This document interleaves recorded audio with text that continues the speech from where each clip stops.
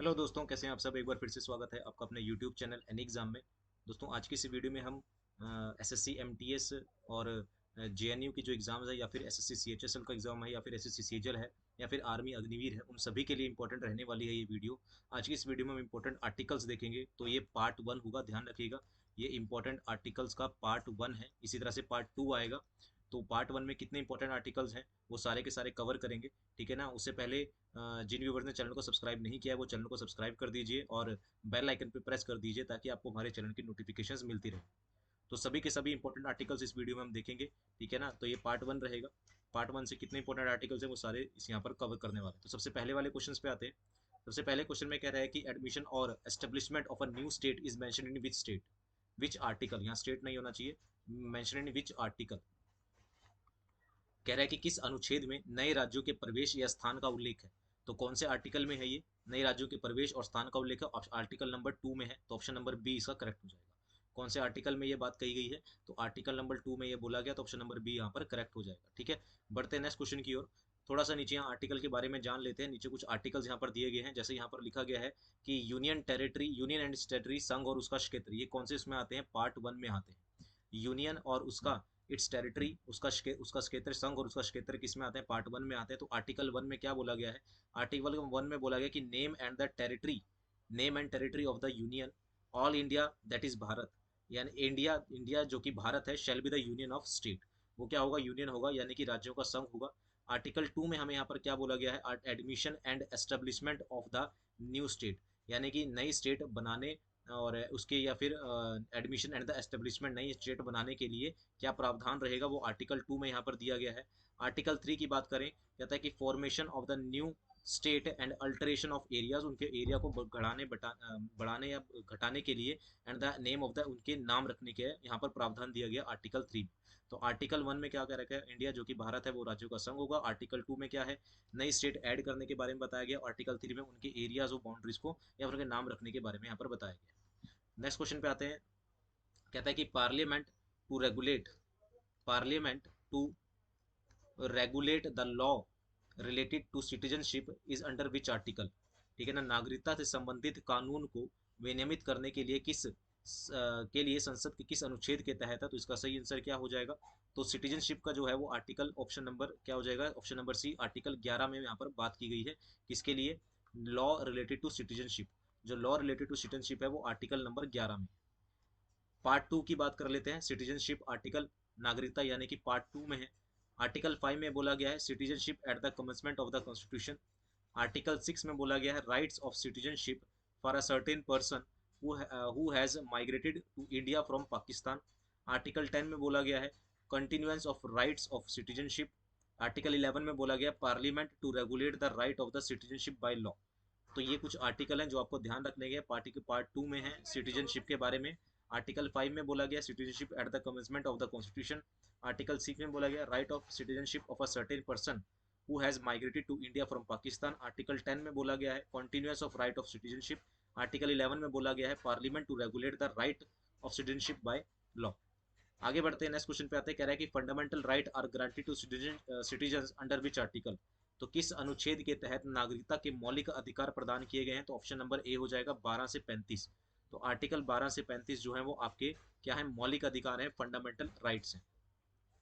ठीक है ना, कितने फंडामेंटल राइट है, 6 फंडामेंटल राइट होते हैं। जैसे इक्वालिटी होता है, फ्रीडम है, राइट टू एक्सप्लॉयटेशन है, फ्रीडम ऑफ रिलीजन्स है, कल्चरल एंड एजुकेशन है, और कॉन्स्टिट्यूशनल रेमेडीज है। ठीक है, आगे बात करते हैं फंडामेंटल राइट्स कौन कौन से देख लेते हैं और कौन कौन से आर्टिकल के अंडर ये आते हैं। तो हमारे मौलिक अधिकार कौन सा, सबसे पहला आता है राइट टू इक्वालिटी। ये 14 से 18 के बीच में आता है, कौन सा, इक्वालिटी। राइट टू फ्रीडम की बात करें 19 से 22 में आता है, right to freedom. Rights against exploitation ये 23 से 24 के बीच में है। ठीक है ना, 23-24 में है right to exploitation. Right to freedom of religions ये 25 से 28 है। ठीक है ना, 25, 27, 28 में right to freedom of religions है। कल्चरल एंड एजुकेशनल राइट हमारा 29-30 में है। और राइट टू कॉन्स्टिट्यूशनल रेमेडीज हमारा आर्टिकल 32 में। ठीक है ना, तो सबसे एक बार फिर से क्विक रिवीजन कर लेते हैं। राइट टू इक्वलिटी 14 से 18 में है, राइट टू फ्रीडम 19 से 22 में है। एक्सप्लोइटेशन की बात करें तो 23-24 में है। फ्रीडम ऑफ रिलीजन्स है वो 25 से 28 में है। एजुकेशनल राइट हमारा 29 से 30 में है। और right to constitutional remedy article 32 में है। तो ये कुछ मौलिक अधिकार है। आगे बात करते हैं कि which article contains the right to freedom of speech. किस अनुच्छेद में अभिव्यक्ति की स्वतंत्रता अधिकार है, बोलने का अधिकार है? तो इसका सही आंसर क्या हो जाएगा? ऑप्शन नंबर सी हो जाएगा, यानी कि आर्टिकल 19 में जो हमारा फंडामेंटल राइट है, आर्टिकल 19 में जैसे यहाँ पर दे रखा है राइट टू फ्रीडम, हमारा ये हमारा बोलने का अधिकार, किसने हम कुछ बोल सकते हैं, तो ऑप्शन नंबर सी से करेक्ट हो जाएगा। आगे बात करते हैं, कह रहा है कि which following article of the constitution is abolish of untouchability, यानी कि भारत के संविधान के निम्नलिखित में से कौन सा अनुच्छेद अस्पृश्यता को समाप्त करता है? तो इसका सही आंसर क्या हो जाएगा? Option number B, article 17। ये क्या करता है? अस्पृश्यता को क्या करता है? समाप्त करता है। ये 14 से 18 में आता है, यानी कि राइट टू, किसका? राइट टू इक्वालिटी, इक्वालिटी यानी कि समानता का अधिकार जो होता है, उसमें ये अस्पृश्यता यानी कि अबॉलिश ऑफ अनटचेबिलिटी आता है। ऑप्शन नंबर बी करेक्ट हो जाएगा।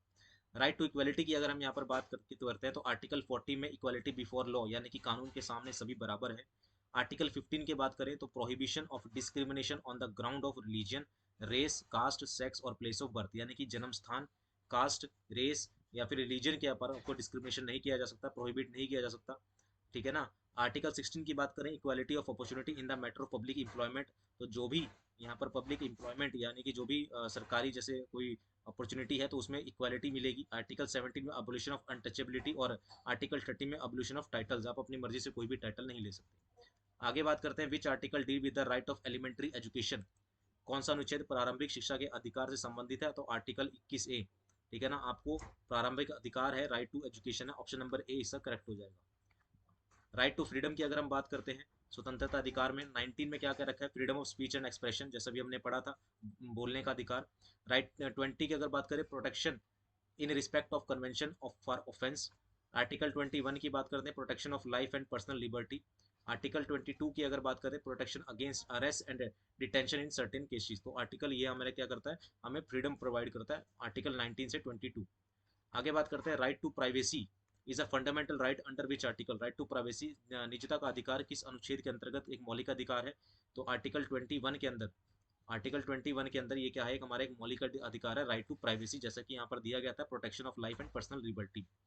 आगे बात करते हैं, राइट अगेंस्ट एक्सप्लॉयटेशन की अगर हम बात करें तो आर्टिकल 23 में बोला गया है, prohibition of traffic in human beings and forced labour, यानी कि जबरदस्ती किसी से कोई काम नहीं करवाया जा सकता, तो शोषण के विरुद्ध अधिकार है ये। 24 की बात करते हैं तो prohibition of employment of children under the age of 14 in factories and mines, तो 14 साल से कम उम्र के बच्चों से आप किसी भी फैक्ट्री या माइन में काम नहीं करवा सकते, तो ये आर्टिकल 24 में बोला गया है। आगे बात करते हैं, कहता है कि क्वेश्चन आता है, कह रहा है कि which article is related to the freedom of manage religion affair, तो आप कोई सा भी धर्म अपना सकते हैं, ये कौन से आर्टिकल में है? तो ये आर्टिकल नंबर 26 में है, ऑप्शन नंबर ए इसका करेक्ट हो जाएगा। आर्टिकल 26 में निम्नलिखित में से धार्मिक मामलों में प्रबंधन की स्वतंत्रता है, तो ऑप्शन नंबर ए इसका करेक्ट हो जाएगा। Right to freedom of religions की अगर हम बात करते हैं, धर्म के अधिकार के बारे में बात करें तो आर्टिकल 25 में बोला गया है, freedom of conscience and free profession practice and propagation of religions. Article 26 में बोला गया है, free to manage religious affair. Article 27 में बोला गया है, freedom to as to pay taxes for promotion of any particular reason. And article 28 में बोला गया है, freedom for attention religious instruction, attending religious instruction. तो ये आर्टिकल 25 से 28 के बारे में है। आगे बात करते हैं, protection of interest of minorities is mentioned in which article, किस अनुच्छेद में अल्पसंख्यकों के हितों की संरक्षण का उल्लेख है? तो ये सही आंसर क्या हो जाएगा? ऑप्शन नंबर ए हो जाएगा, आर्टिकल 19 में। आर्टिकल 19 में अल्पसंख्यकों के हित, 29 में अल्पसंख्यकों के हितों के संरक्षण का उल्लेख है, यानी कि इंटरेस्ट ऑफ माइनॉरिटीज का क्या है? उल्लेख है। आगे बात करते हैं, कह रहा है कि कल्चरल एंड एजुकेशनल राइट की अगर हम बात करते हैं, ठीक है ना, सांस्कृतिक और शैक्षिक अधिकार। आर्टिकल 29 में बोला गया है कि protection of interest of minorities, ठीक है ना, जैसा कि अभी हमने पढ़ा, ठीक है ना, माइनॉरिटीज के इंटरेस्ट प्रोटेक्शन के बारे में। आर्टिकल 30 की अगर बात करें, right of minorities to establish and administration educational institute, तो ये माइनॉरिटीज को राइट देता है कि वो एक एस्टेब्लिश कर सकते हैं, स्थापित कर सकते हैं एक एजुकेशनल इंस्टीट्यूट। और राइट टू कॉन्स्टिट्यूशनल रेमेडीज यहाँ पर आर्टिकल 32 में आती हैं। आर्टिकल 32 में यहाँ पर लिखा गया है, article 32 right remedies for the enforcement of fundamental rights, तो फंडामेंटल राइट्स की एनफोर्समेंट यानी कि उसका कोई गलत इस्तेमाल ना करे उसके लिए आर्टिकल 32। आगे बात करते हैं कि article 32 belong which part of the Indian constitution, तो कौन से कॉन्स्टिट्यूशन कौन से पार्ट में आर्टिकल 32 आता है, या फिर हम कहीं राइट टू कॉन्स्टिट्यूशनल रेमेडीज जो है वो कौन से पार्ट में आती है? तो सही आंसर क्या हो जाएगा? इसका हो जाएगा ऑप्शन नंबर सी, यानी कि पार्ट 3 में ये आता है आर्टिकल 32।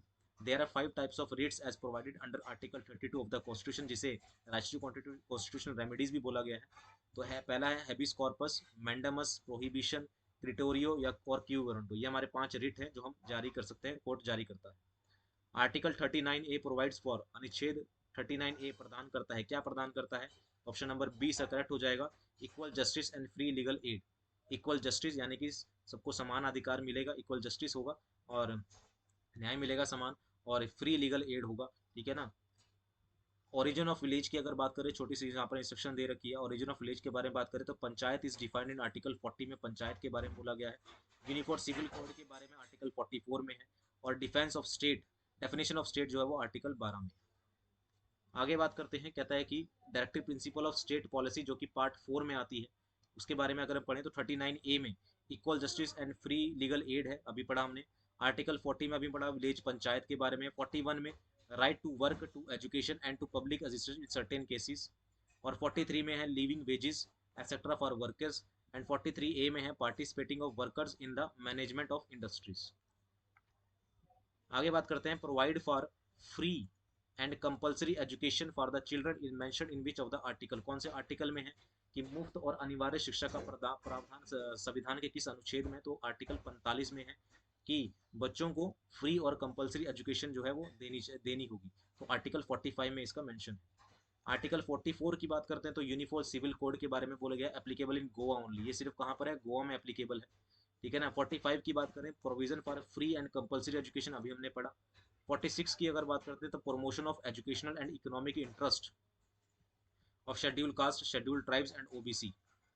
और आर्टिकल 47 की अगर बात करते हैं तो duty of the state to raise the level of nutrition and the standard of living to improve the public health, तो पब्लिक हेल्थ को बढ़ाने के लिए न्यूट्रिशन का लेवल यहाँ पर बढ़ाना होगा, आर्टिकल 47 में यहाँ पर बोला गया। आगे बात करते हैं, कह रहा है कि which article of the Indian constitution provide for the village panchayat, अभी हमने पढ़ा तो आर्टिकल 40 में ये है विलेज पंचायत के बारे में, ऑप्शन नंबर ए करेक्ट हो जाएगा।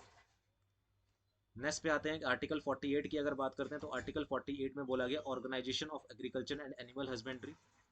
49 की बात करें तो protection of monuments and places and objects of natural importance, ठीक है ना, प्रोटेक्शन करनी है आपको, बचाव रखना है किसका? मॉन्यूमेंट्स का, प्लेसेस का, and objects of natural importance.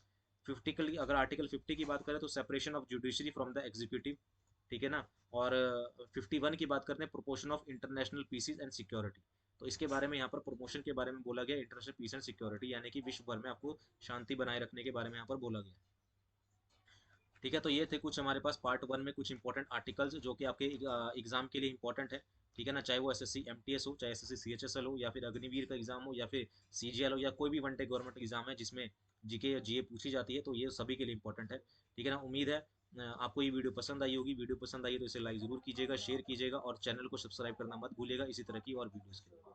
मिलते हैं नेक्स्ट पार्ट में, अभी के लिए इतना ही। Thank you very much.